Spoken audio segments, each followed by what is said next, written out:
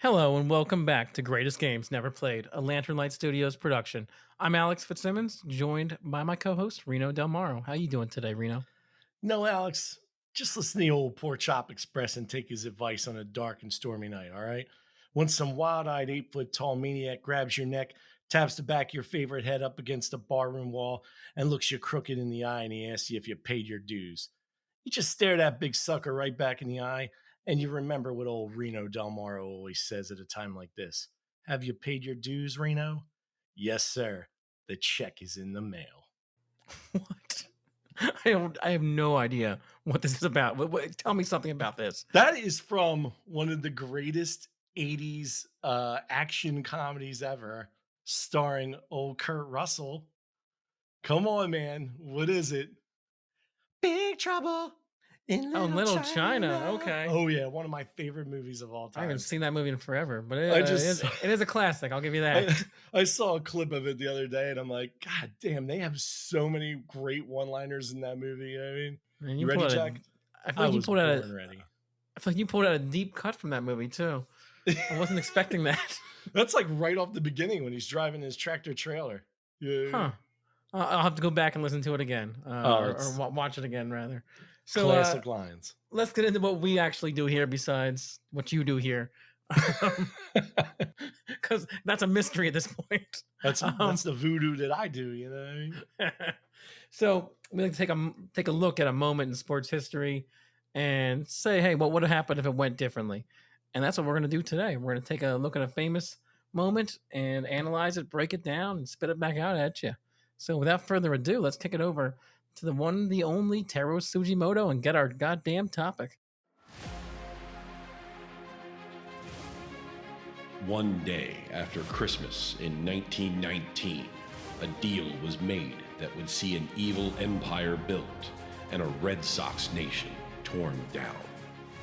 George Herman Ruth Jr., or Babe Ruth as he's famously called, was sent from the Boston Red Sox to the New York Yankees for the sum of $100,000 and a $300,000 loan from the Yankees ownership to the Red Sox owner, Harry Frazee.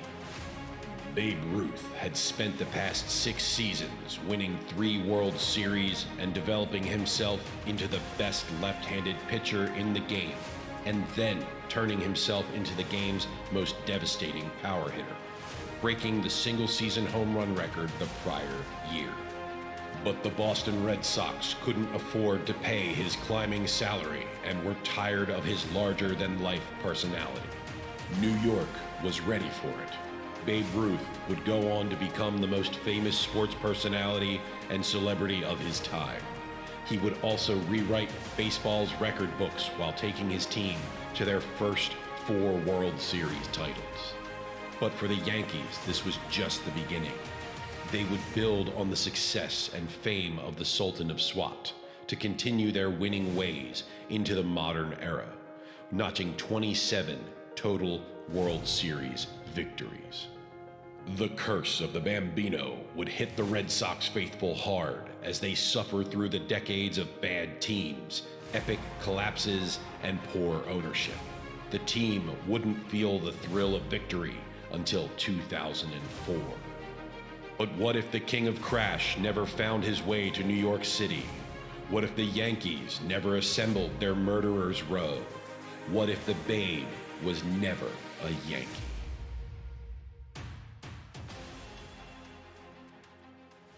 There he is, Babe Ruth. Ever heard of him there, Reno? Yeah, I've heard a little bit about him here and there, you know what I mean? Not much, but you know. It rings a bell though. That's the important thing because I didn't know a lot about Babe Ruth. I thought I knew enough, but preparing for this week, I found I did not know enough about Babe Ruth. No, I'm with you. I agree 100%. Like the crazy thing about is like when you're a kid, especially like you and I growing up in the 80s, like you always hear, I want to be Babe Ruth whenever you're playing baseball, like softball, Wait, whatever. wait, kids said they wanted to be Babe Ruth around you? Yeah, absolutely. I don't People remember that. like Babe I Ruth. feel like we talked about the kids that we were growing up with, like the Mike Schmidts or someone from that era at least. Oh, sure, guys did that too, but, like, everybody would always point with their bat to like left field, even though half of them were like lefties.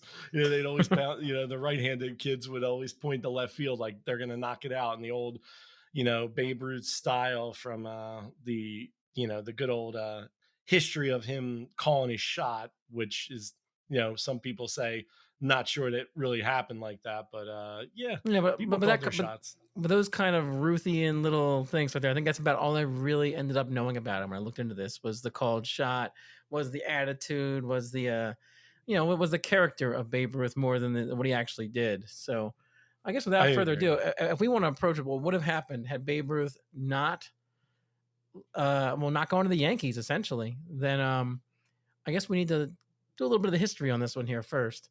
Do you want to kick us off with a little bit of Babe Ruth origin story? Yeah, absolutely. Sure. Born George Herman Ruth in 1895 in Baltimore, Maryland. He actually ended up going to St. Mary's Industrial Boys School. His mom sent him there, and Because he was a he problem kid. yeah, he was a problem child. He was a rough teenager, and he actually ended up connecting with one of the brothers at St. Mary's, brother Matthias, who was like a huge influence on him and got him into baseball because brother Matthias himself was actually a decent baseball player in his youth. And yeah, from there, you know, um, the Babe had a knack for the long ball. So he had his major league debut on. Funny enough, my birthday, July 11th, not 1914, but Well, I mean, this would explain why you guys all pretended like you were Babe Ruth when you were growing yeah, up. maybe. But he debuted at 19 years old. He's a lefty, so he batted left through left. Billed at 6'2", 215 pounds. Now I have a problem he with this because they he's a billed him at that, but he's a monster. He's a yeah, monster in that era. Like this is a massive man he's a in huge that man. era, especially. Absolutely huge man. But the 215, I'm questioning because you know what? I admit I made a mistake with Michael Jordan. All right. In our first episode, I clearly made a mistake with Michael Jordan, but I'm certain based on the pictures I've seen of Babe Ruth, he's bigger than 215. Well, I know they talk about at times him ballooning up to 260, 270 even, then Yeah. having to work and get it back down. But yeah, 215 it seems generous. I would agree with you on that. Yeah, so he debuts on July 11th, 1914. He was 19 years old. He debuted as a pitcher, went 7 innings, gave up 8 hits, 1 strikeout, 2 earned runs, and got the W. His last So game, So I guess the key about that right there is we all know Babe Ruth as the hitter, but originally when he broke into the league, he came in as a pitcher, and not only any pitcher, he came in because he played in Boston for 6 seasons before ending up in New York. He, I mean, 5 of those seasons, I would say he's primarily a pitcher. oh, absolutely. He was a damn good pitcher, too. I mean, they realized towards the end of his tenure year, probably around, 1917, that he had a knack for the long ball, that he was actually a naturally great hitter too. But yeah, for a few of those years, I mean, he had 18 wins, 23 wins, 24 wins. I mean, he had a low ERA too. I mean, he had a 244, a 175, and a 201. Man, And they said he was a lot of considered strikeouts. the best left-handed pitcher of his of the time. Like Of his era. he was a star. Like he was a Yeah, star as absolutely. a pitcher.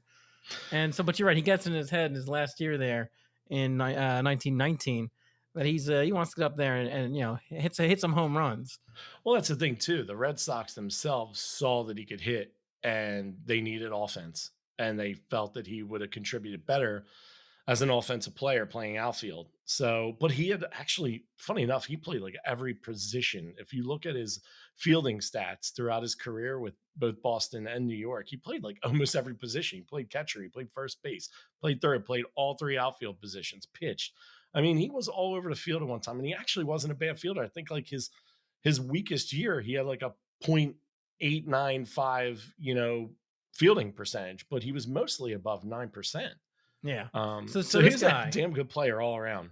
So I think part of what we need to talk about here is the context of the era that he played in too. So he's playing in an era that's called the dead ball era. It's kind of characterized with low scoring, not a lot of home runs. It's basically a small ball, a hit and run kind of game.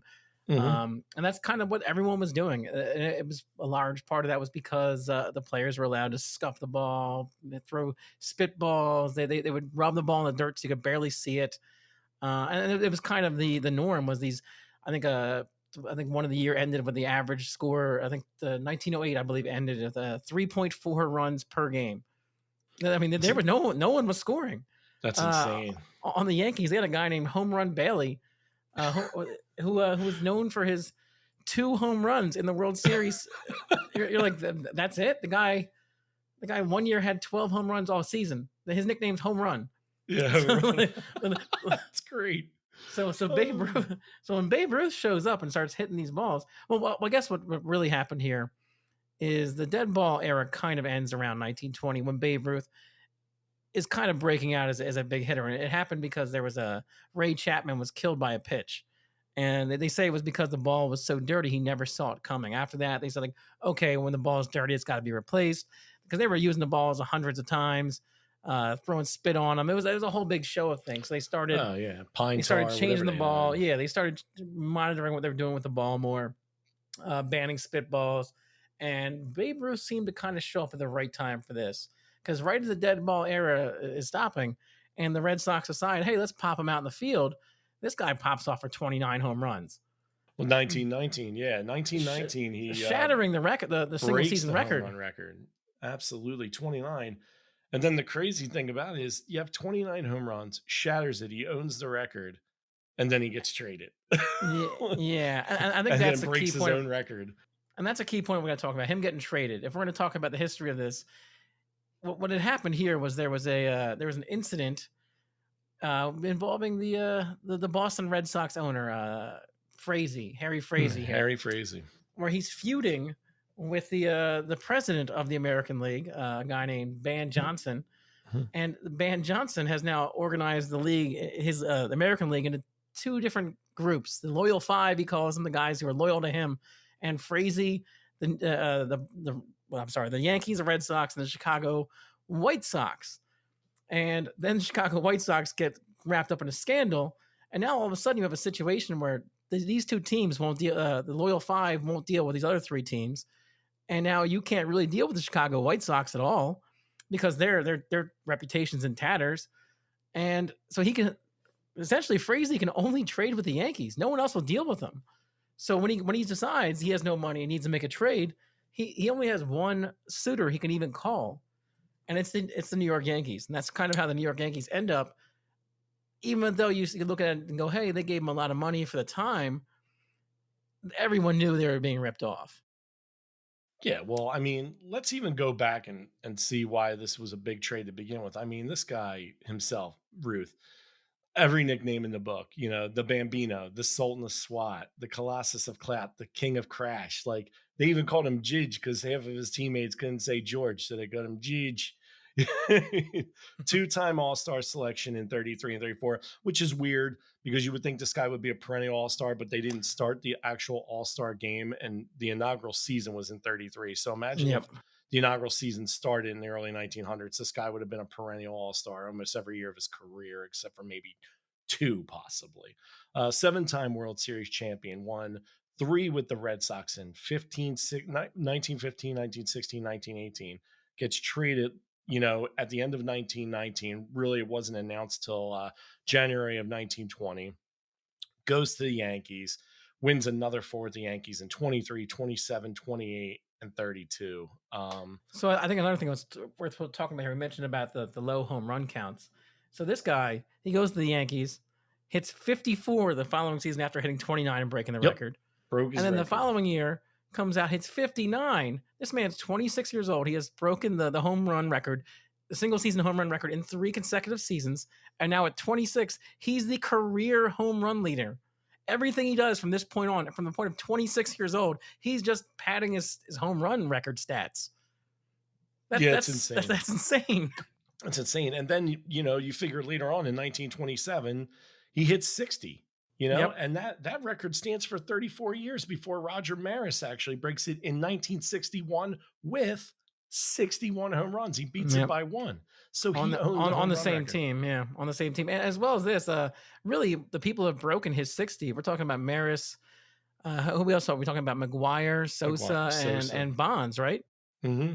All juicers. Yeah, so there's only one guy who we even acknowledge beat it clean in the first place. That's an impressive record to hold.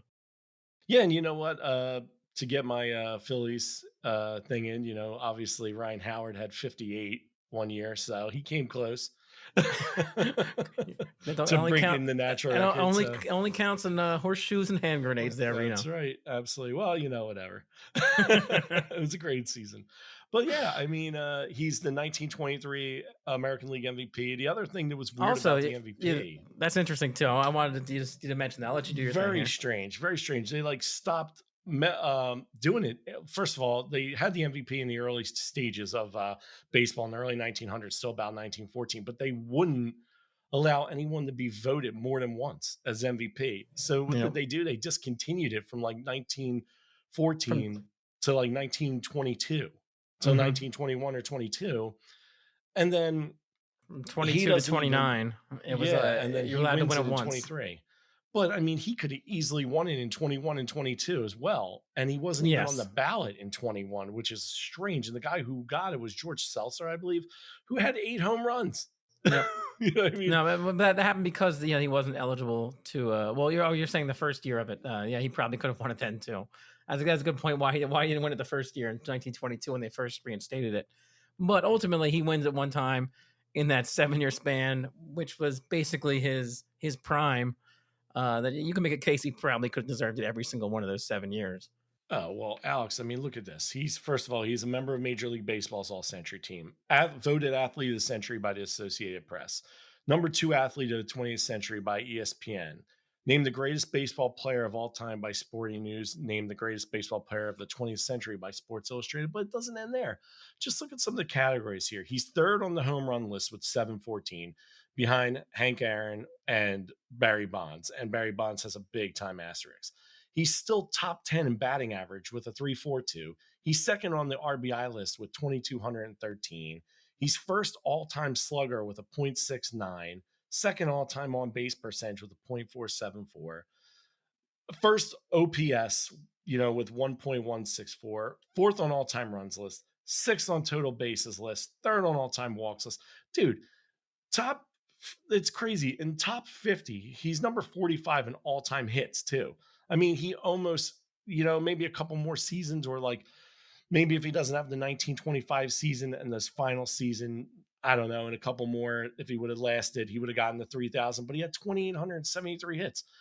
Only 32 other men hit 3,000 or above, and Mm-hmm. his career WAR, wins above replacement, is Oh man. 182.5. He's the most important player on any team in the history of baseball. The next closest was longtime Washington Senators pitcher Walter Johnson, who also had a 21-year career. Babe Ruth had a 22-year career, and Walter Johnson was a 164.5. He's not even close. I mean, this guy is a monster. Like, you hear the stories of how great he was, but you think, oh my God, that's 100 years ago.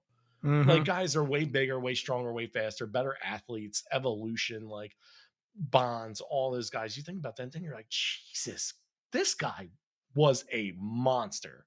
He Mm-hmm. is, now I get it. After digging in deep and learning about him and reading up on him, you're like, wow. I mean, incredible. And really the fact about him is he's bigger than the stats. He's more important than the stats. Like, this guy is a folk hero. Like, it's the call and the shot that you mentioned before in the World Series. It's in 19 was it 20 23 when he went and he promised the kid he'd hit a home run. I mean, these 1926 when he promised Yeah. Johnny Sylvester, a Mm-hmm. hospitalized 11-year-old boy, that he would hit a home run for him. Ruth went out and hit 4 in that World Series. Yeah. He's part And of the kid the won it best. too. He's part of the best team ever. 1927 Yankees, the Murderers Row, won 110 games. Considered the greatest of all time. Yeah, team. well, with Like, 6 future Hall of Famers on the roster. That's the same year he broke his own record, hitting 60 home runs. I mean, this guy, but that only begins to scrape the surface, because this guy showed up again. We mentioned him showing up at the right time, the dead ball era ending. It was also kind of the advent of radio and newspaper daily coverage of sports. He became the first, essentially, athlete celebrity. This guy was you couldn't turn anywhere. This guy was on your radios, hawking you chewing gum and tobacco. He was on the newspapers selling you razor blades and gunpowder. Like, this guy was everywhere. You couldn't turn your head without seeing Babe Ruth, and not only that, but like he was also he was a character. He was a regular feature in the newspapers. Is what Babe Ruth was doing with his nightlife. He You was out said it drinking, best. carousing. Like this guy was. It's hard to compare. I don't know who compares to that today because we don't Honestly, have anything probably like that. no, not in this day and age. No, I mean, like maybe Michael Jordan is the closest, especially with like the Last Dance. I think that added to his I would say allure and I would his say history. we never really felt like we knew Michael Jordan either. Like and No, like and then you and see Babe it. Ruth's appeal was that it was like, oh well, we know him. He's a guy you can go out and see. Everyone felt like they knew Babe Ruth and He loved was a him. folk hero. You said it best. He was a folk hero. He's John Henry. He's Johnny Appleseed. He's Paul Bunyan. You know what I mean? This guy is literally he's cast out of Chaucer. Yeah, He's the I Canterbury mean, Tale. He's a we're, human we're, Canterbury Tale. we're coming out of World War One. This guy is the quintessential American. All of a sudden, this is the face of what America should look like. I mean, they And made he movies about really him. they made movies about it. They made, I mean, there's culture built around this guy. All of sports culture, I would tell you, was built around this guy. He's the first one. He's the first megastar. He's the first celebrity athlete. Like I said, I think he's bigger than everyone else by virtue of coming first. But then also, you look at his stats. You can make a case he's also first because of his stats.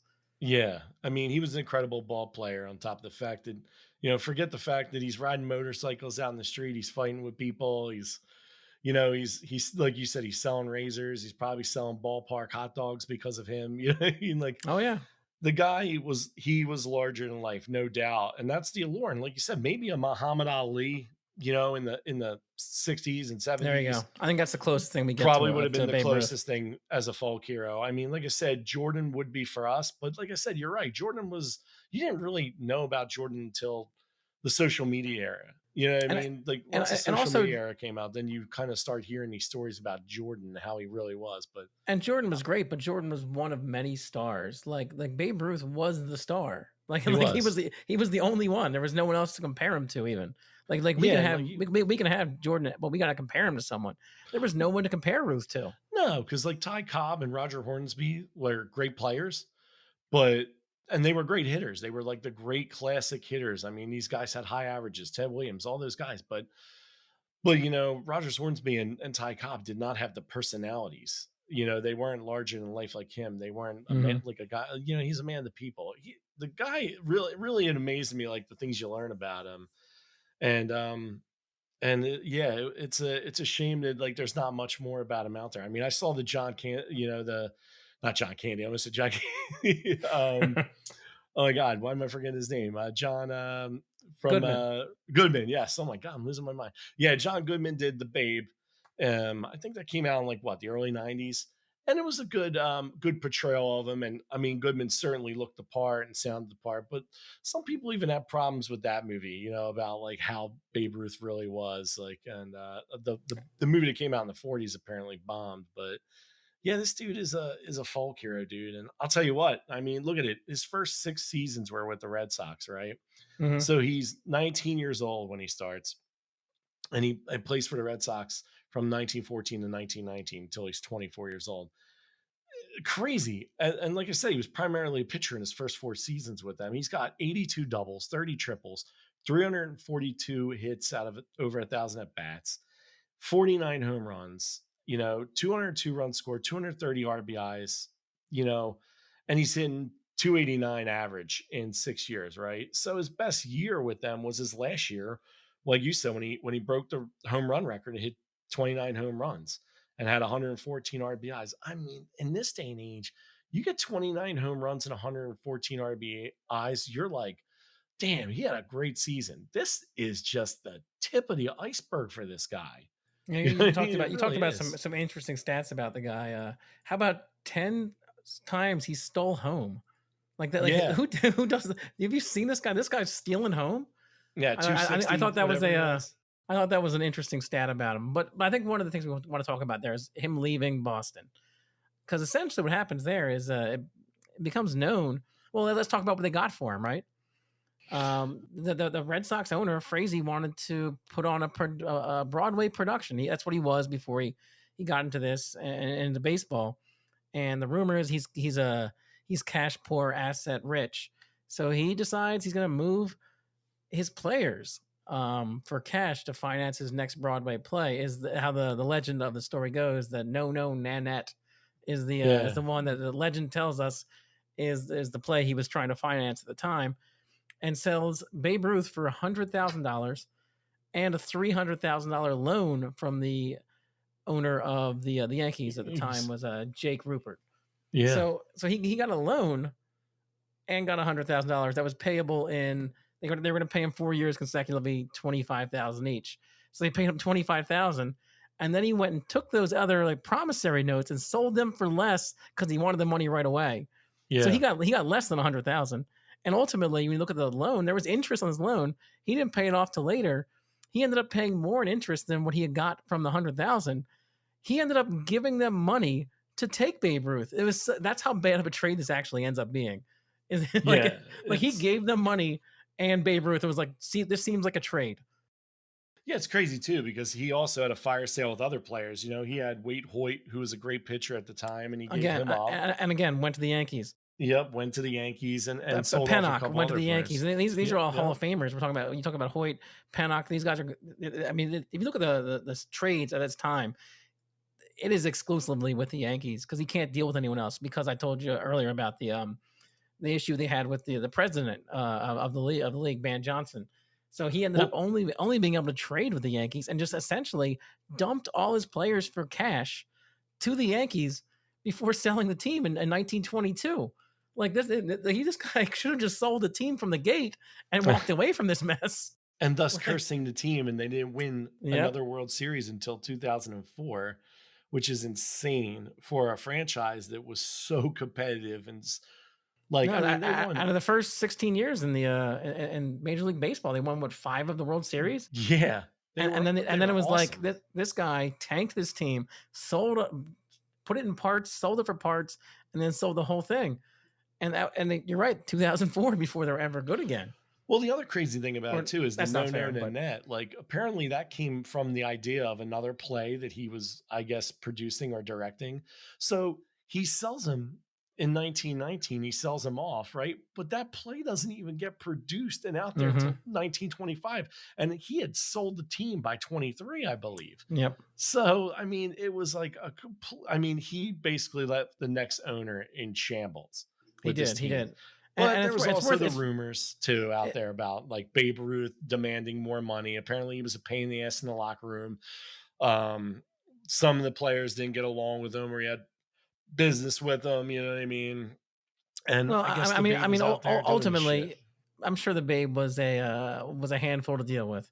However, based on the fact that he sold the whole team in parts over the next coming years, I think we kind of get the idea that this was going to happen. If Babe Ruth was a model citizen or not, he was trying to make the trade. In fact, they said that before the Chicago White Sox scandal, he was trying to trade him for straight up for shoeless Joe Shoeless Joe Jackson. Jackson and money.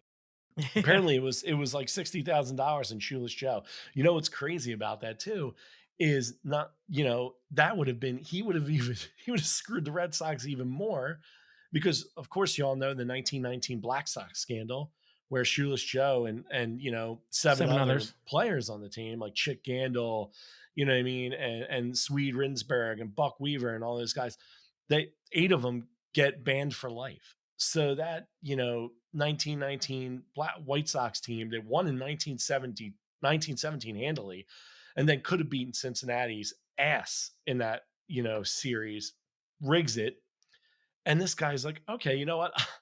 I might possibly get Shoeless Joe back in $60,000. At least I'll still keep the team going with Shoeless Joe. Well, guess what? Shoeless Joe would have been banned, and he wouldn't have had Shoeless Joe, and he would have had even less money. So he would have Yeah. been even more screwed had that happened. So in this scenario, regardless, I guess the best case was he got the money from and the loan from the Yankees, which is Yeah, crazy. which again is a loss all across the board in every way for them. Like that's such a bad trade. Just based Oh, on the money alone, it's a bad financial move. If Babe Ruth's not even involved in it, like he just gave the easily Yankees money. easily one of the worst of all time. I mean, easily one of the worst of all time. Even if you look at his like alone, look at like what he does in the postseason. I mean, like I said, the guy was a career slugging percentage of .690, right? But he had 10 World Series trips right? He wins 7 out of 10, Babe Ruth. He's Mhm. got 42 hits in those World Series games, 37 runs scored, 5 doubles, 2 triples, 15 homers, 33 RBIs, 33 walks. I mean, dude, Yankee Stadium was absolutely the house that Ruth built. I mean, Yep. he was the And, home run king for 12 out of his 22 seasons in Major League. 11 of those seasons, he hit 40 or more home runs. in Like, an era where no one Jesus. was hitting home runs too, Yeah. which makes it even crazier. Insane. So, Insane. I guess let's get into it then. So, in the event he's not going to the Yankees, how is that happening? Like, how does that happen to you? Well, what does it do to the Red Sox? Like, if they're unable to move him to the Yankees, or if they're able to keep him, well, how do you see this playing out? Tell me what your scenario is here. Well, you know what? I mean, if the Red Sox keep him, I think I don't know what they would have done. Obviously, Frazee was, hurting for cash really badly. And on top of that, I mean, because think about this at the time too, with World War One happening, or at least in the midst of World War One, possibly coming to an end. I mean, Boston was not generating the fandom that they once had. They weren't they weren't putting asses in seats, even with Babe Mhm. Ruth. They weren't, making a lot of, Well, commission there. in defense of that, they had Ruth pitching for almost that whole entire time. Yeah, 4 out of the 6 seasons, true. I mean, Well, but and I mean, when they put Ruth in their batting, their sales went up. Like, Ruth is an attraction. He was an unprecedented attraction in baseball. absolutely, but I guess at that point, even with 3 World Series, he still wasn't making the money, He but I wanted to, really think it he comes down wanted he the wanted cash that damn grab. play. Yeah, he He wanted wanted the the cash cash, grab right then, because you saw what he did with the 100,000, where he sold it for less money just to and get you it know right what? then. I think it was a combination too of I mean, I think baseball writers at the time were touting Ruth as being nothing but a flash in the pan. They didn't think it would last. Some guy said his career was going to go down the toilet because of how he lived his lifestyle, the hot dogs, the beer, the womanizing, all that stuff, the infidelities, everything. And then the fact that Ruth was also making $10,000 a year for a 3-year contract, and he asked for it to be doubled. Now Frazie's like, now I got to pay this guy even more. And then Ruth also, other players, other good players on those Red Sox teams are now seeing that around the league, and they're like, oh well, I want more too. And I think Frazie's just like, yeah, no, I got to Okay. get out. I got to sell him the money. He was So, going to get rid of him. you see no way that he's keeping Ruth. So what happens to him then? You know what? I have Ruth. I have another team coming in, right? Another team that ends up saying, you know what, we need to make a splash because in they finished in fourth place in 1919, and they're on the cusp, and that's the Cleveland Indians. Sonny Jim Dunn, right, in 1920 bumps up the offer to $130,000, and Frazee jumps on that because the Yankees offer 100. Frazie's like, you know what? I'll take the 130, I'm and going to maybe tell he you what gets a loan out of him I'm going too. to tell you what this would have done though. This would have made the the Cleveland Indians, enemies of the AL president. Yep. You know what though? With everything going on and the They're Black willing to Sox take the scandal and chance. everything They're willing like to take that, the chance. they're going to take the chance because you All know what? right. They're putting asses in seats too. They need to put asses in seats. They need to win. They came close. This guy wants to solidify it. And guess what? They won in 1920 anyway. This move, lock. It's a lock. The new owner wants to make a splash. He secures his team's inevitable World Series win in 1920 by pairing the young slugger Ruth with his veteran superstar center fielder Tris Speaker. Now, mind you, Tris Speaker played with Ruth on the Red Sox teams in 1914 and 1915 Mhm. and won a World Series with him in 1915. Tris also won a World Series with the Red Sox in 1912 and won the MVP that year. So this guy's no slouch. Tris Speaker is not only their star center fielder, but he's also the manager of the team, right? He knows Ruth. He knows what he's capable of. He liked the kid when he was with the Red Sox. Boom, they're paired together, right? They won that World Series at 15 together. Well, guess what? When they finished fourth in 1919, they're hungry, man. Ruth is in full prime mode at this point, right? And Tris still has a lot left in the tank, right? I mean, dude, Tris himself is top 10 all time in WAR. He's number 9 on list with 134.2. He's higher than Roger Hornsby, Lou Gehrig, Stan Musial, Ted Williams, and Mickey Mantle. I mean, this guy was another incredibly important player of the time. And he knows Ruth, and he won with him before, even though Ruth was pitching and a young player. You know what I mean? And I think Babe Ruth and Tris Speaker are going to go on to win World Series titles back to back to back to back between Wow. 1920 and 23. They're beating the Brooklyn Robins in 1920 like they did, but they're taking out the New York Giants 3 years in a row, Shoo. which the Yankees couldn't even do back when Ruth was on the team. They beat them in Yeah, 23. big, Finally, they got big over 'em. rival of theirs. They were sharing the same building. Yep. Well, guess what? Boom. The Indians aren't even, both these teams aren't even seeing the Cleveland Indians, right? Tristan Ruth, and then they load up on some free agents, some trading for pitching to keep the pitching up tight. And Cleveland's a perennial contender, and they're surrounding their superstar Ruth and their aging hero Tris Speaker. So Ruth and Speaker go on to collect now 5 titles together, 1 with the Red Sox, 4 with the Indians, right? Mm. And this run will also give, Ruth 7 titles by the time he's 28 years old, right? 28 years old, and he's won 7 titles. However, Tris Speaker ends up leaving Cleveland after the 1926 season. Ruth sees the organization as kind of failing to build up the roster around him since then because they haven't won since 1923. Now they lost the last 3 years. Tris Speaker leaves. They're not building around him anymore. They're not the contenders they were, right? So Ruth pushes Sonny Jim Dunn's wife, because Sonny Jim did pass away in 22, I believe. So now his wife Edith has the team before she sells it, right? Ruth pushes her to trade him before she sells the team in 1927. So I got Edith Dunn trading Ruth to Connie Mack and the Shibe brothers, Tom and Oh John. boy. And Ruth is Oh now boy. a Philadelphia Athletic. Now, look, I grew up a lifelong Phillies fan, but I have friends like my buddy Tom. His dad, God rest his soul, he passed away a few years back. But his dad, when he was a boy, was a Philadelphia Athletics fan, and he remained kind of like an Oakland Athletics fan throughout his life. He liked the Phillies, he still liked the Phillies, but he was all in on the Athletics, and he followed him to Oakland really. So he's an Athletic now, right? Hmm. And now Connie Mack and the Shibes get their veteran superstar in Ruth, still in his prime, right? Wait for this though. They're going to pair him with the Twilight superstar hitter of yesteryear, Mr. Ty Cobb, who's Ugh. still hitting 357 and 323 in the last 2 years of his career, right? Mm-hmm. High average hitters like Mickey Cochran, Al Simmons, and top pitcher Lefty Grove. But even better than that, Connie Mack and the Shibes see another future superstar rising up their ranks in their organization. And that is the future 3-time MVP, 9-time All-Star, 2-time batting champ, triple crown winner, right? Hitting for average, home run, and RBI, and a 2-time World Series winner himself. One, Mr. Jimmy Fox, right? Get those jerseys at Mitchell and Ness around here.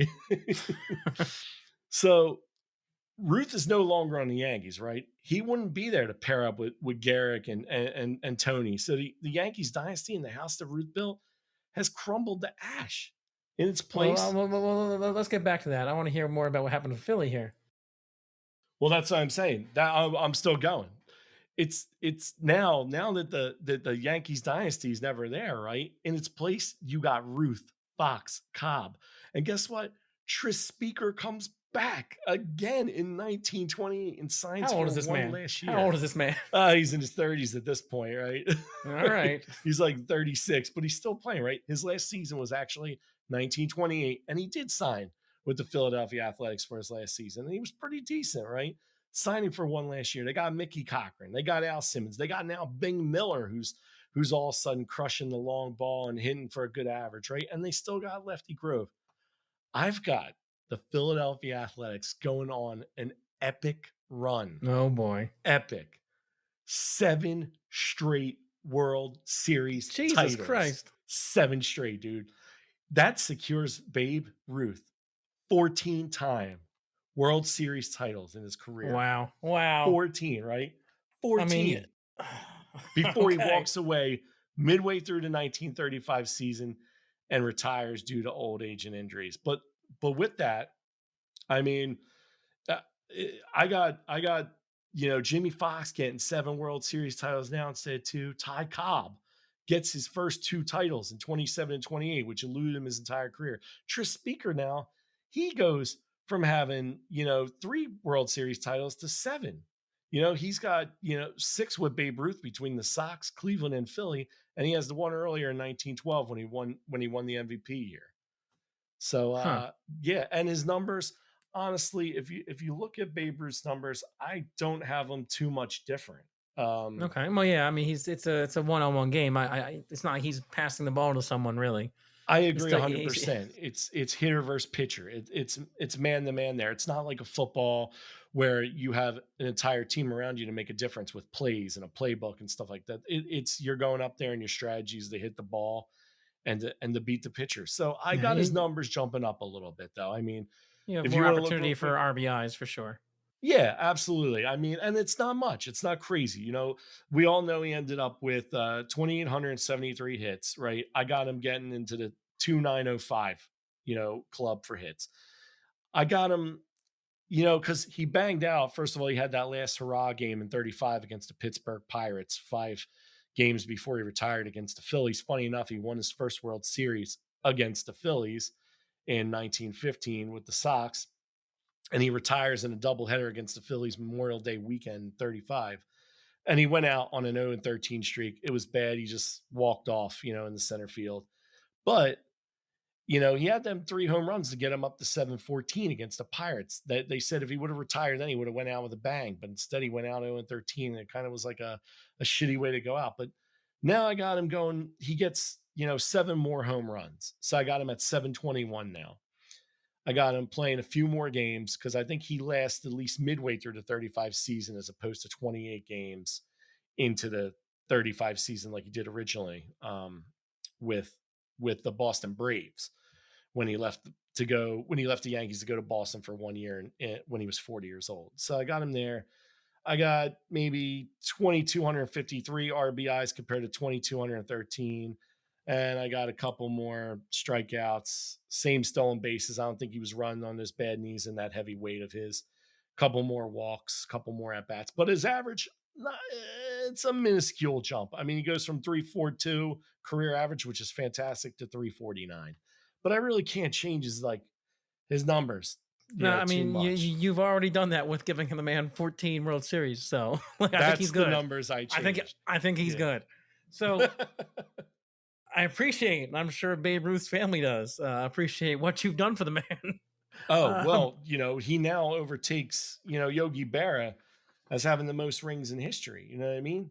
Yogi Berra, I think, ended his career with 10 World Series rings.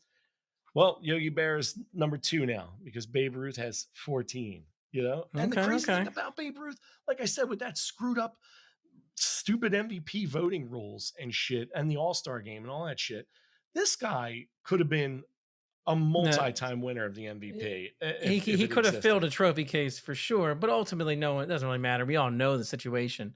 We all know it's not you could win more MVPs than one. Oh The my All Star God. game wasn't around for most of his career, so I think we look at those numbers and clearly go, oh wow, this guy was one of the greats, Dude, from if not the 1919. great. Yeah, But absolutely. let me stop you because I need to tell you what I think would happen. Let me tell you a different story, I a got to little hear this. little bigger picture, maybe not I'm quite as jonesing. granular. All right, so we have a situation where Babe Ruth's town, it's undeniable. He's transitioned from the best left-handed pitcher in baseball to the best power hitter the game's ever seen, right?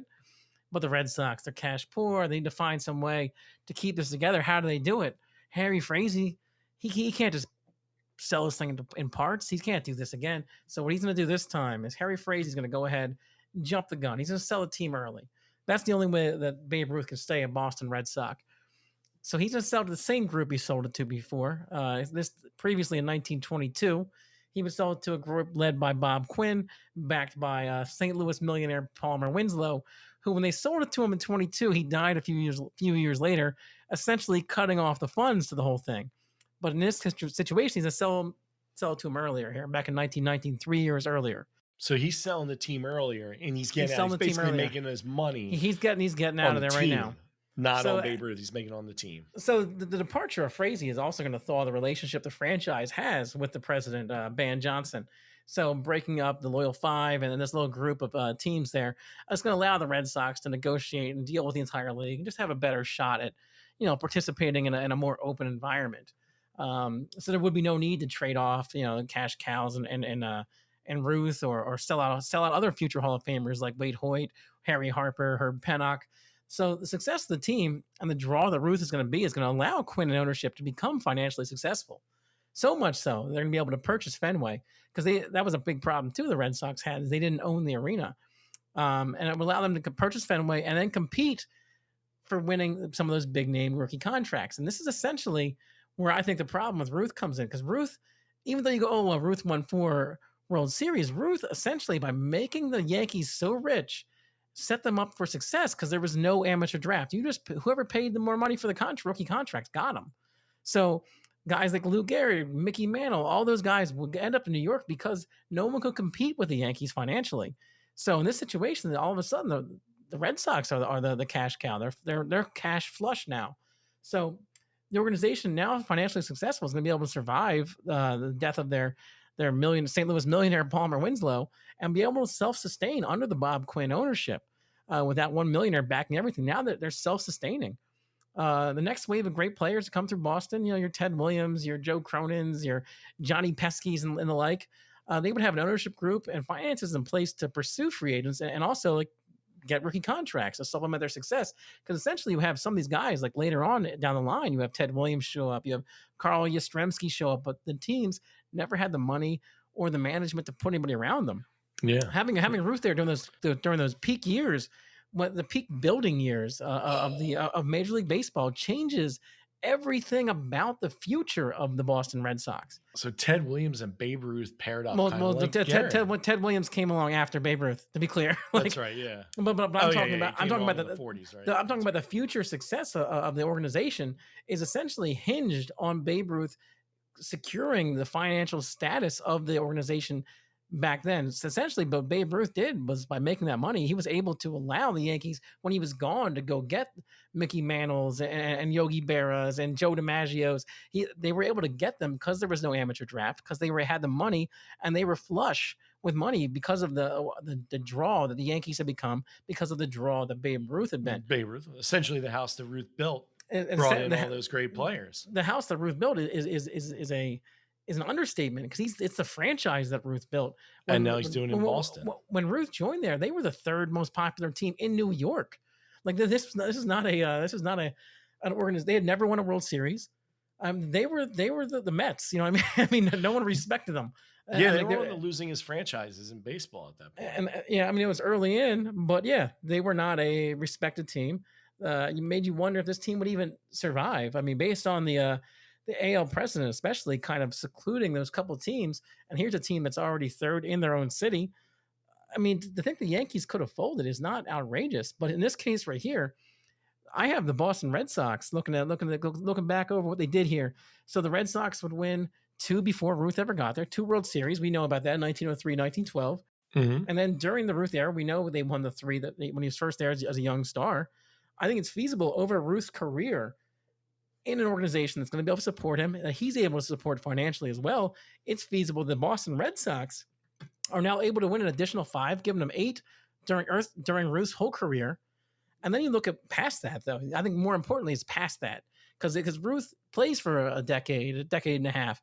But what happens after that, I think, is more interesting, because now you have, they essentially uncurse themselves. They uncurse themselves, and they not only that, they set themselves up to be the powerhouse, to just pick the players they want. So by having the money. Path, they're now taking the path that the Yankees took when Ruth went there. They keep Ruth. I'm not saying the path now. I'm not saying they're going to take DiMaggio and Gehrig and Mickey Mantle, but they're going to certainly have the money to go get the players they want. So when it comes down to Williams, Ted Williams, they have a star.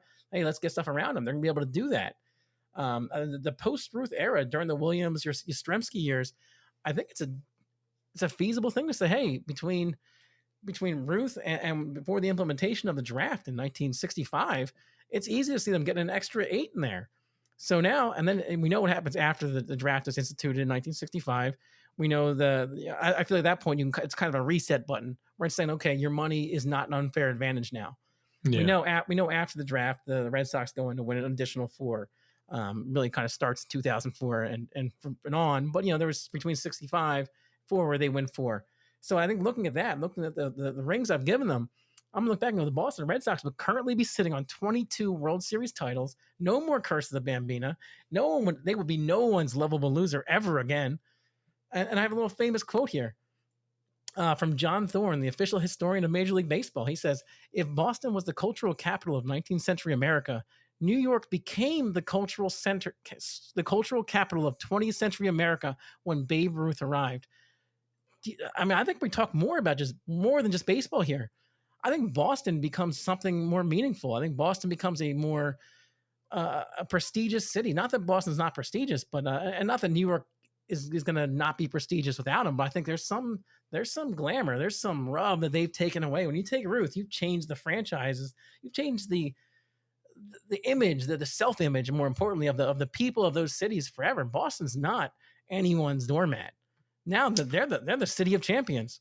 This would change. This would change everything for them. I think that you look at the Boston Braves moving out and going to Milwaukee and then Atlanta. I don't even think that happens. I think they're going to say, "Hey, this city can now support two franchises. Boston Braves stay here."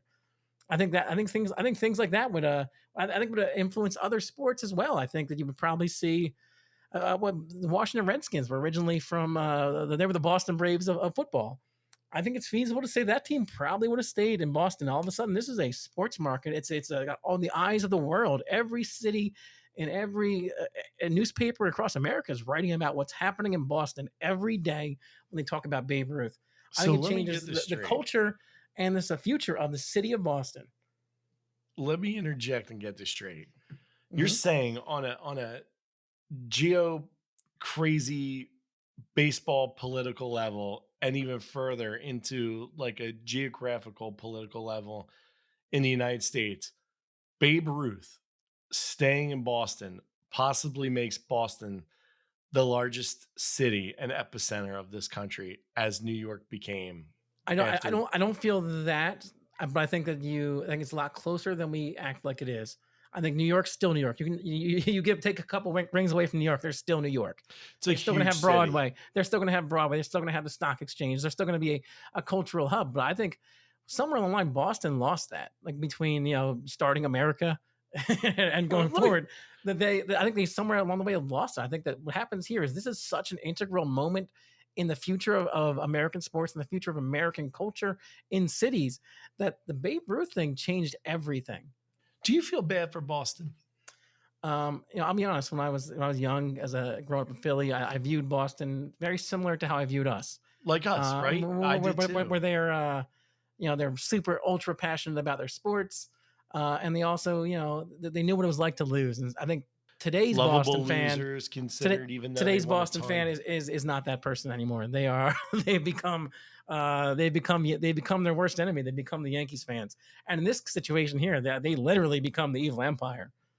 Yeah. Oh, absolutely. Because Titletown now starts almost 100 years earlier. And it starts and ends in Boston, where they're going to sit there with 22 World Series titles. They're going to have the most titles of any pro sport outside of the Montreal Canadiens. They'd be the winningest franchise, and then you're going to add the winningest franchise in football in New England. Then you're going to have New England's not going to come there because they're going to have the Boston Braves. Oh yeah, that's right. Well, but nonetheless, the whole culture of the city has changed. The Patriots, I'm saying. Oh yeah, but ultimately they wouldn't move there because that team would start up somewhere else. They were the Boston Patriots in the AFL NFL scenario. Yeah, but they came along after the Boston Braves moved out of Boston to go to Washington. They became the Washington Redskins. Gotcha. So in this scenario, right. The Boston Braves, the Boston Patriots, yes, and then they had the Boston Braves baseball team as well. Yes. That's crazy. Boston Braves baseball and Boston Braves and football. Yeah, there was a real lack of originality this time for your team naming. If it wasn't something silly, it was just rip the name of the team off. We can't call them this Washington, that disgusting name ever again. They're now the Washington football team. I never called them. I always called him Washington anyway. But anyway, the point is, I had to say it because I feel like there was some confusion there, but I want to bring it back. But I do want to bring it back here to something else. So in this situation, you tell me what happens to the Yankees? What happens to New York without Ruth? Well, I'll tell you what. I mean, let's look at legacies, right? Who's helped and who's hurt. So I'll start with my scenario, right? So who's helped? Pretty easy. Tris Speaker's career now is even greater because he wins more titles. Jimmy Fox, yeah, I mean, he was an incredible player. Again, both those guys, Speaker and Fox, Hall of Famers, Ty Cobb, Hall of Famer. All their legacies now help because they've got a multitude of titles. Cleveland and the Philadelphia Athletics now are both help, and now Oakland Athletics organization, period, that gives them 14 World Series titles in their history, and they take a majority of those titles away from the Yankees. And of course, Babe Ruth now doubles the amount of World Series titles he gets with 14 instead of 7. So he's helped. The Yankees are definitely hurt because without him being there, you're right. They might not get, some of those players. They might not get Tony Lazzari. They might not get Lou Gehrig. You know what I mean? Like, they had Earl Combs, Bob Musial, Wade Hoyt. Now Wade Hoyt doesn't get traded. He's probably still a Red Sox. So you're talking about that murderer's row team, the most special team in all baseball history in 27 doesn't exist. So the Yankees are hurt. The Red Sox are still hurt in my scenario because they're still cursed. Luke Gehrig is kind of hurt because even though he's a great player, he doesn't get some of the titles that he gets without Babe Ruth being there. And also Yogi Berra, I guess he's hurt now because he goes from having the most rings to now being the second all time behind Ruth with 14. Okay, so that's how the Yankees end up then. Because I think the Yankees probably, in both of our scenarios, the Yankees end up still a middling team. Maybe eventually history and time will tell if they get some money, put something together, or draft well and get some. You're still right. Like they still might get the Joe DiMaggios, they still might get the Mickey Mantles. Like you never know in the drafts, but they're certainly not going to have that early success. If we're honest about it, I know. You went back. You actually reversed. You did the whole Back to the Future 2 scenario. I've been there. I've seen it.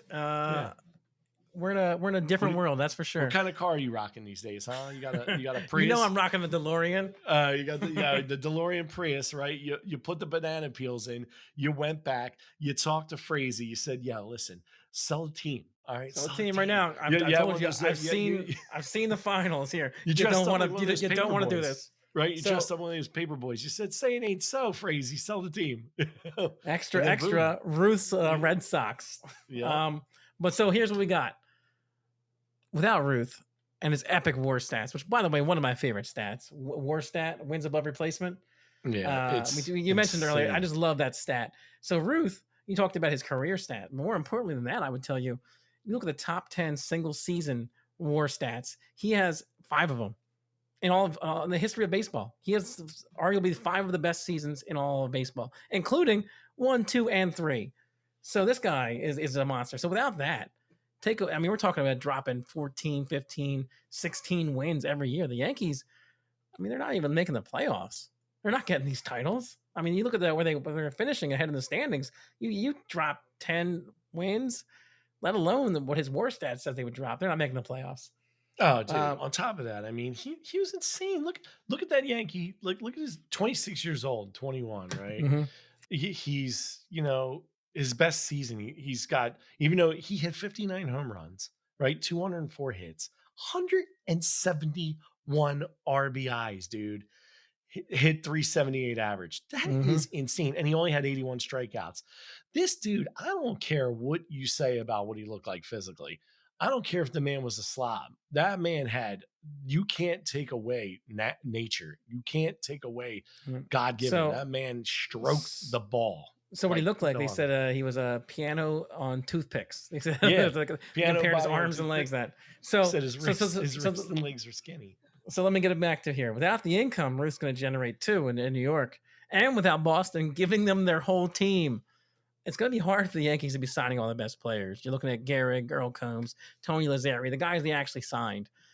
All of a sudden, New York's a struggling market. New York Yankees are a struggling team. They're sharing an arena with the New York Giants right now. The New York Giants, they're renting a room. They don't have Ruth selling out the place. They don't have the stars to go out there, have the capital to go invest in these guys. This is going to leave them competing in a New York market in the same building as the Giants, for fans, for players. This is going to end up with the Yankees, as they were originally, the third most interesting team in New York. They would find a way if they even stay at that point. And I'm going to say this. they're going to find a way maybe to sign some guys. Let's just say, for the sake of argument, they sign Garrick, and if they sign Garrick, I think they would get a World Series out of him. I think they would find a way, but they would never establish that dominance like in that whole golden era of sports that we're talking about here. And the lack of the operating capital, the lack of establishing themselves is gonna be the problem going forward with the future generations of the Yankees. They would not have been able to compete in the bidding wars for guys like Yogi Berra, Mickey Mantle, Whitey Ford, DiMaggio. Their capital investment is going to allow them to treat the Athletics. These guys were signing players, stashing them in the minors for the Yankees. They were literally treating the Athletics as a minor league system for them. That's how they got Roger Maris. They Yeah. told the Athletics, "Hey, you signed that guy, you stashed him in your minors for us," and that was it. They were. I mean, they did this multiple times with the Athletics. The Athletics were essentially their minor league system. And that's So crazy because the Athletics won like 4 or 5 titles. this is when they're in Kansas City, but but none of this would happen without the Yankees having the capital to back it up. And all this falls apart without Ruth. So the Yankees are going to struggle to compete for players during this era. And without the early jumpstart Ruth gave them, the 1965 MLB draft's going to come up and we'll have an actual draft. And since then, we know what they've done from there, right? So we know after the amateur draft, they had 7 World Series wins after the start of the amateur draft. But I think a key here is you're right about them moving. What happens in 1957 is the Yankees chased out the New York Giants and the Brooklyn Dodgers out of New York City. So they sent them both packing out west. It became the San Francisco Giants and the LA Dodgers, right? Yeah. I think in this scenario, the Giants are the kings. I think the Yankees are playing in their building. They're the kings. We've seen the record. The Giants were the better team out of those 3 without Ruth. So I think what you have here, Giants and San Francisco Yankees. I think you have a new Subway Series. You have the LA Dodgers and the San Francisco Yankees in 1957 out west. I think that's what you're looking at here. I think the New York Giants stay. They're the team in New York. Come around 62, the Mets expand and they come in. We have 2 teams in New York, and it's the Giants and the Mets. Out west, you're looking at LA Dodgers and the San Francisco Yankees. So, but ultimately, I think when we look at the World Series, though, there was 1 World Series during the Ruth era. I'll give him that 1 for the Yankees. I'll say, okay, Joe Garrett came in, got him 1. After that, I'll give him 2 during what would have been the Bronx Bomber era, and 7 after the draft. I think we're looking at, without Ruth, the Yankees end up with 10 World Series. They end up out west. This is a different franchise. This is not as prestigious. The 10 World Series is awesome, but most of them are after the amateur draft, and they did it themselves. But I think the basis of the Yankees' legacy is built on what they did before the amateur draft. They did with the Bronx Bombers, the Murderers Row, the endless Hall of Famers. The reason that all those numbers are retired, I think it's all there. So I think we're looking at a very different Yankees team in the event of no Ruth here. Yeah, you know what, too? And you said they took from the Athletics, the Kansas City Athletics. They did. When in the 40s, I guess they started doing that. I mean, yeah, well, I mean, they specifically, you can look back and they say the 2 examples that are clear and known are Clete Boyer and Roger Maris. Okay, now Kansas City, were they a derivative of like the Philadelphia Athletics at that No, time? they ended up. I believe they ended up moving there, or they moved out there. I have to look into it for like a short while before they became. It's definitely the same franchise. Yes. Yeah, that's what I mean. But think about this: the Philadelphia Athletics originally, I think they won. You know, they won 2 with Jimmy Fox. They won 3 early on in the early 1900s. That's crazy to even think that they would end up selling players off and becoming like the Yankees farm system. Yeah, it's there nuts. was a rule made that said if you signed a guy for a certain amount, like when you sign a rookie, that you have to play him on your team. So that way you can't just be signing everyone up, because they're saying like, okay, you can't just sign every good player. So the thought was, hey, let's get around this thing. So they said, okay, there's a certain dollar amount. So what they did was they would tell the Athletics that, hey, we want that guy, go sign him. And when we're ready for him, we'll pull him up, because they couldn't go sign him and play and put him in the minors themselves, because they couldn't pay the guy that much to have him in the minors. They made a rule essentially to get around what the Yankees were doing, and the Yankees found a way around it by using the Athletics as their sucker. Wow, that's insane. You know what though? I agree with you. I think Lou Gehrig was too good not to at least get 1, but I don't know if he gets in the 20s. He might get in 30s once Ruth starts slowing down. But even so, in my situation, Luke Gehrig's hung out to dry, because he's now taking on, a competitive Cleveland team early in his career from 23 to 26. Actually, that was the last I had them winning championships in 23 in Cleveland. So maybe Gehrig could get one, in the couple years afterwards. But then once I have Ruth going to the Philadelphia Athletics, I mean, I got them dominating. Lou might get hung out to dry a little bit, but he was so good that maybe they could have wrapped somebody around him. I mean, look at this, dude. In that Murderers Row 1927 season, Lou Gehrig won the MVP, right? I mean, you could argue Babe Ruth could have won the MVP too. It's crazy the numbers. I mean, Gehrig hit 173. He had 173 RBIs, 47 homers, 149 runs, 218 hits, and he had an average of 373, right? Ruth hit 60 that year. So Ruth out homers him by 13 home runs, right? But Garrick had like 52 doubles, 18 triples. Ruth had 29 doubles and 8 triples, right? They were both around the same amount of games, 151, 155. Ruth actually had more hits. And I'm sorry, not more hits. He had I think he had more runs scored or whatever than Lou Gehrig at 158, right? But he had 164 RBIs. They were neck and neck. I mean, there was one point where Lou Gehrig actually pulled ahead with 47. You know what I mean? And they had their own race. They literally had the Mark McGuire, Yep, Sammy Sosa, predated predated the summer of home runs chase. there. Yep, So let me absolutely. hit you with something I got here before we take it to our plugs and shout outs here. Right now, as we know, right now in the 2019 rankings of the most valuable franchises in the world, the Dallas Cowboys are number 1. The New York Yankees are number 2. Are the New York Yankees number 2 still? Right now? No, I'm asking you. In your scenario, are the New York Yankees still number 2? No, far down. Probably the Dodgers probably get up there. I don't know. So what you have here is or you got Boston, the Yankees. Boston actually. You got the Yankees, and in the real scenario here, you got the Yankees. Number 3 is Real Madrid. Number 4 is Barcelona soccer teams. Number 5 is the New York Knicks. And then to get to these teams we're talking about here, number 10 is the LA Dodgers. Number 12 is the Boston Red Sox. Number 18 is the San Francisco Giants. So I know in my situation, I looked at this right here. I went Dallas Cowboys number 1. Number 2 is the New York Giants. Yeah. Number 3, I'll give you the soccer teams. Your Madrid, your Barcelona. But after that, number 5, I kind of think we're looking at. I think we're looking at the Boston Red Sox at number 5. Number 6 is the New York Knicks. Number 10, LA Dodgers. Number 18, your San Francisco Yankees. On your most valuable franchise in the world in 2019. So I don't want to hold you up too long on this right here. So hit me with them plugs and shout outs if you would, my man Reno. Yeah, absolutely. For those out there who would like to support us, you go to patreon.com/Lantern Light Studios and support not only our show, but you can support our game development projects and other Lantern Light podcasts, such as Game Johns and Screen Johns. As always, we'd like to thank all our current patrons and a special thank you to the Russell James Johns support group patrons. You guys are awesome. Thank you for everything you do. Thank you for supporting us.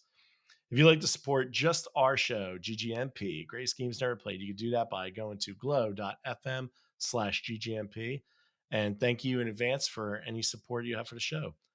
Special thank you to Luke Mullet for our awesome theme music. I feel like Maximus every time it comes on. I'd like to thank Lantern Light Studios for allowing Alex and I to do the podcast. Without their support, none of this would be possible. Also, like to thank our producer, Anthony Ziccola, for all the show news and notes, helping us out, being our liaison out on social media as well. He's the man, so can't thank him enough. Thanks to our awesome audio engineer, Maria Lubanovic, killing it as always, mixing it up, making us sound good, taking out all the bad, keeping all the good, right? So you can reach Alex and myself real easy. We simplified this thing down for you. Just go to allmylinks.com/GGNP. You'll get our Twitters. You'll get our Instagrams. You'll get our GGN Facebook. You'll get the GGN podcast Twitter. You'll see where you could go and listen to the show on all platforms. So go there, check us out, hit us up. Let us know what you think of the show. Please give us a 5-star rating. Give us a review. Let us know what we could do better. Let us know what you'd like to hear. We really want your feedback. It's awesome. You could also visit our lanternlightstudios.com webpage for more information about our show and the other podcast, Game Johns with Mitch, Jack, and Riley, Screen Johns with Savannah and Maria, breaking down video games, breaking down TV and movies. Awesome shows. Couldn't recommend them enough if you haven't already checked them out. And like I said, if you like our podcast and enjoyed this episode, go give that 5-star rating. Please leave a good review. Goes a long way for us. We're trying to improve the show. We're trying to build. So, yep, that's what I got. That was awesome, Reno. Thank you. Killing it as always here. So before we get out of here, let's get to some final thoughts here. When you think of Ruth or anything you want to throw out here about this whole topic before we get out of here, I want to hear what you got to say. Some final thoughts on this. Couple things I would say. For me, it was always the allure of when I was a child. My father, I had an older father who was born in the 30s, who watched old time baseball, and he would talk about Babe Ruth and stuff like that. So I remember always being in the backyard, pointing the bat, calling my shot. I think I hit it there maybe like one out of every like 20 times. Terrible. But I always love, the allure and the folklore of them. Even so, look, think about this. One of my favorite all-time movies since I was a kid, The Sandlot, right? We all know about Benny the Jet Rodriguez he has to get the motivation. He has to, get up to get that ball from Hercules, you know what I mean? And save that Babe Ruth ball that they lost over the fence when he hit that home run. So who comes to him in a dream? None other than the great character actor Art LaFleur playing Babe Ruth. And I always remember that infamous thing he says to him at the end. He says, "Hey kid, remember, heroes get remembered, but legends never die." And that's exactly what Babe Ruth is. He's a legend. And he even said this, Babe Ruth was quoted, "The fans would rather see me hit one homer to right than 3 doubles in left. Heroes get remembered, but legends never die." Man, I like it. I like it. You really wrapped that up into a nice little ball there. Yeah, So and I gave Art LaFleur a plug. He did. He probably doesn't get too many of those anymore.